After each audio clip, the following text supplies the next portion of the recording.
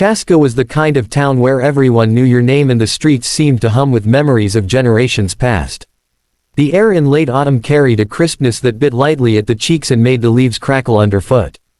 On US 212, where the old brick buildings lined the main road, life moved slowly, deliberately, the way small towns do, with a rhythm that outsiders often found comforting or confining depending on their temperament. People would greet each other at the corner cafe, their voices carrying over the clatter of coffee cups and the smell of fresh cinnamon rolls.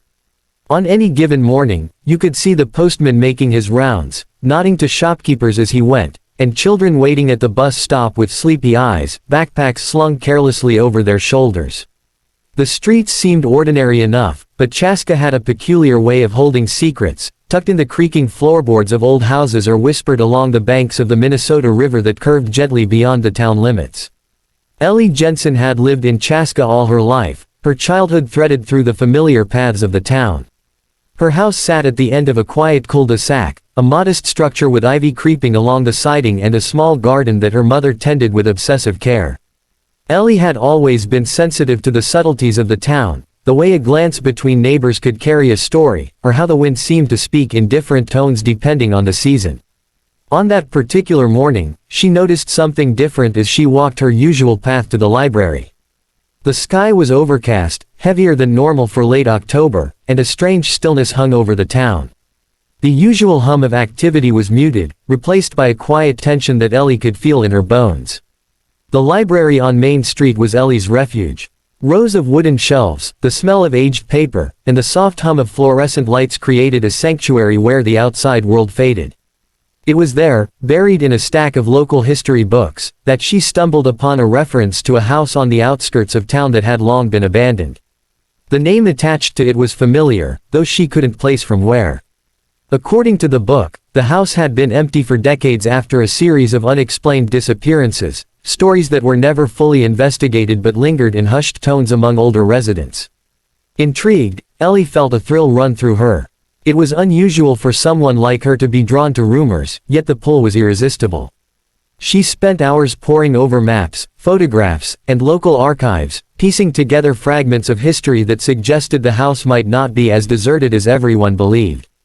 By late afternoon, Ellie's curiosity had consumed her thoughts entirely. She decided she needed to see the place for herself, to stand on the ground where the stories had unfolded. The drive along winding country roads felt surreal, with trees arching overhead, their leaves painted in fiery hues of red and gold. When she reached the outskirts of Chaska, the house came into view, partially hidden behind overgrown bushes and towering oaks. It was a two-story structure, its paint peeling and windows clouded with grime, but there was a sense of life about it, subtle but undeniable. The front door was slightly ajar, and a cold breeze seemed to escape from within, carrying with it the faint scent of smoke and damp earth. Ellie felt a shiver, but the excitement overrode her fear. She stepped forward, her footsteps muted against the cracked pavement, and crossed the threshold into a world that had been waiting silently for decades. Inside, the air was heavy and musty, layered with dust and the faint smell of old wood. Cobwebs stretched across corners, and the sunlight filtered through the grimy windows in thin, trembling beams.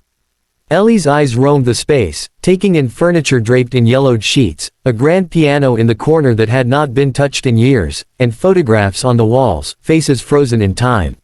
One photograph caught her attention, a family portrait, the subject smiling, yet their eyes seemed haunted, almost pleading.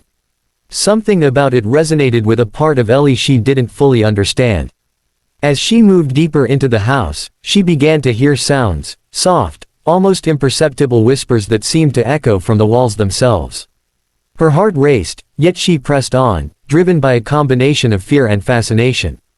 The back of the house revealed a staircase leading to the basement, its steps worn and uneven. Ellie hesitated but felt compelled to descend. The basement was dark, the only light coming from a small window near the ceiling. As she reached the bottom, her eyes adjusted to the gloom, revealing objects scattered across the floor, old furniture, rusted tools, and what appeared to be a diary lying partially open. She approached it cautiously and picked it up, brushing off the dust. The pages were yellowed and fragile, filled with cramped handwriting that chronicled the life of a family long gone, their joys and tragedies recorded in meticulous detail. As she read, a story emerged, a tale of hope and despair, of dreams that had collided with harsh realities, and hints of secrets that had been hidden from the world. The more she read, the more she felt connected to the people who had once inhabited the house, their presence lingering like a shadow that refused to dissipate. By the time Ellie left the house, the sun had dipped below the horizon, casting the town in a deep twilight. The streets of Chaska seemed quieter now, the stillness she had felt in the morning now heavier, almost oppressive. Yet, she carried with her a sense of purpose, a desire to uncover the full story of the house and the family that had lived there. Something about the place had reached into her soul, leaving an impression that would not fade. As she drove back along US 212, the town lights flickering in the distance, she realized that Chaska was more than it appeared. Beneath the surface of its familiar streets and cozy homes lay layers of history, mystery, and the kind of stories that demanded to be told. The following morning, Ellie woke with a restless energy that she couldn't shake. The events of the previous day had embedded themselves in her thoughts like seeds taking root. She tried to focus on her routine, but every glance out the window, every familiar corner of Chaska, reminded her of the house and the diary she had found. The words from the fragile pages echoed in her mind, and she knew she couldn't leave the story unfinished. She needed to return, to explore further, to understand the lives that had once filled that decaying structure on the outskirts of town. Ellie drove back to the house, the overcast sky casting gray shadows over the trees and roads. The town felt different now, almost alien, as if her awareness of the past had shifted her perception. The streets that had seemed comforting the day before now carried a tension she hadn't noticed, a sense that the ordinary life of Chaska was layered over something far older, something hidden. She parked her car at the edge of the property and walked slowly toward the house, the crunch of leaves beneath her feet sounding unnaturally loud. The front door was still ajar, inviting yet foreboding. She hesitated for a moment, then pushed it open and stepped inside. The familiar musty scent of the house enveloped her, and the shadows seemed to move differently, almost as if they were alive. The living room held the same eerie quiet, but Ellie noticed something new, a faint trail of footprints in the dust leading toward the kitchen. Her curiosity heightened, she followed them cautiously. The footprints were small, almost childlike, and they ended abruptly in front of a large wooden cabinet. Ellie ran her hand along its surface and felt a small, cold indentation in the wood. She pressed it, and with a slow creak, the cabinet swung open, revealing a hidden compartment. Inside, she found letters bound with a faded ribbon and a stack of photographs.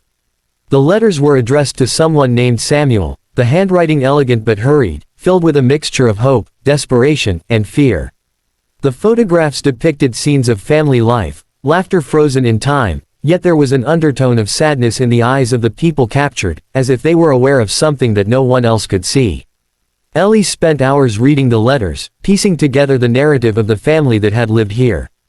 The parents, Martha and Henry, had struggled to maintain a sense of normalcy while dealing with tragedies that no one outside their home fully understood. There were hints of illness, financial hardship, and a strange fixation on the land surrounding the house, a belief that something powerful, almost supernatural, existed nearby. Samuel, the eldest child, seemed to be the one carrying the weight of the family's secrets, writing about encounters with figures in the woods, unexplained sounds in the night, and shadows that seemed to follow them even in daylight. The more Ellie read, the more she felt a connection to Samuel, as if his fear and determination were mirrored in her own curiosity. As the afternoon faded into evening, Ellie decided to explore the surrounding land. The backyard stretched toward a dense forest, the trees towering and ancient. The letters had mentioned a clearing in the woods, a place where the family believed strange phenomena occurred, and Ellie felt compelled to find it. She walked carefully, following the description from the letters, feeling the damp leaves and moss underfoot. The forest was quiet, the kind of silence that presses against the ears and amplifies the smallest sound, a twig snapping, the rustle of an animal, the whisper of the wind. Eventually, she reached the clearing, and it was exactly as Samuel had described. A small, circular space, oddly devoid of underbrush, with stones arranged in a pattern that seemed intentional, almost ritualistic. A chill ran down her spine as she looked around, the weight of history pressing down on her. Ellie spent time in the clearing, trying to sense what Samuel might have experienced. She didn't see anything at first, but the longer she stood there, the more aware she became of subtle changes, the the way the shadows shifted unnaturally, the sensation of being watched, the faint murmur of voices that weren't human yet sounded like echoes of the past. She took out the photographs from the cabinet and compared them to the landscape, realizing that the clearing had remained unchanged for decades, a silent witness to everything that had occurred. As night fell, Ellie felt a growing urgency to uncover more, a realization that the story of the family and the house was intertwined with something larger, something the town itself seemed to be quietly hiding. Returning to the house, Ellie noticed a light flickering in the upstairs window. At first, she thought it must be a trick of the wind or a reflection from the moon, but the glow persisted, faint and pulsing, as if someone, or something, was moving inside. Her heart raced, but her curiosity overrode her fear. She climbed the stairs to the second floor, following the dim light to a room at the end of the hallway. The door creaked as she opened it, revealing an empty bedroom with peeling wallpaper. In the corner, the light originated from a small, old-fashioned lamp that had not been plugged in, yet it burned steadily. On the floor near the lamp, a small figure appeared, transparent but distinct, a child wearing clothes from another era. The figure looked at her, eyes wide, lips moving as if trying to speak. Ellie felt a lump in her throat, recognizing Samuel from the photographs. He raised a hand, pointing toward a corner of the room where a loose floorboard was barely visible. Ellie knelt, prying the board loose, revealing a hidden compartment beneath. Inside were more letters, journals, and a small wooden box containing trinkets, a pocket watch, a silver locket, and a faded ribbon identical to the one she had found earlier. The journal entries detailed events that defied explanation: strange lights in the sky, whispers in the night, objects moving on their own, and encounters with figures that disappeared when confronted. Samuel wrote about a presence that haunted the house, a force that demanded secrecy, and his parents' growing despair as they tried to shield him and his siblings from it. Ellie's hands trembled as she read, the connection to the past so vivid that it felt as though the house itself were breathing around her. By the time she left the house that night, Ellie's mind was a whirl of questions and unease. Chaska's streets, once familiar, now felt layered with hidden histories. The ordinary town she had known all her life was interwoven with stories of fear, mystery, and the supernatural. She realized that uncovering the truth about the house and the Jensen family was only the beginning, and that whatever lingered in the shadows of Chaska was patient, observant, and far from finished with her. Ellie could not shake the feeling that the house on the outskirts of Chaska had changed her. Even days after her discovery, she felt its presence lingering in her thoughts, like an echo that refused to fade. She returned several times to review the letters and journals, searching for patterns, connections, anything that might explain the strange occurrences Samuel had documented. Each visit revealed new details, mentions of a hidden room, cryptic references to a watcher, and the repeated insistence that the family never leave the property after sunset. Ellie realized that the house was more than a relic of the past, it was a vessel of memory, carrying the weight of every life that had crossed its threshold. One evening, as the sun dipped low over US 212 and the orange glow painted the streets of Chaska, Ellie felt compelled to confront the heart of the mystery. She arrived at the house just as twilight settled, the shadows stretching long across the lawn. The air was thick with the scent of damp leaves and earth, and the wind carried faint, almost imperceptible whispers. Ellie moved toward the back of the house, her flashlight cutting through the gathering darkness, and found herself at the base of the basement stairs once again. The letters and journals hinted at a hidden chamber beneath the basement floor, a space where Samuel had recorded the most unsettling events, but the exact location was unclear. Ellie descended slowly, her hand brushing the rough wooden railing. The basement seemed alive, the shadows shifting and pooling as if they were breathing. Following her instincts, she examined the walls and floor, her fingers tracing cracks and grooves until she found a narrow seam in the corner, partially concealed behind old furniture. With effort, she pushed aside the objects and pried the seam open, revealing a small, square door. The hinges creaked as she opened it, revealing a staircase leading downward into darkness. The air that escaped was cold and dry, carrying the faint scent of old paper and metal. Ellie's heart pounded, but she descended, feeling a combination of fear and exhilaration, as though she were stepping into another world entirely. At the bottom of the stairs, she found herself in a narrow, circular chamber. The walls were lined with shelves holding dusty jars, books, and small, intricately carved figures. In the center of the room was a stone pedestal, and atop it lay a large, leather-bound book.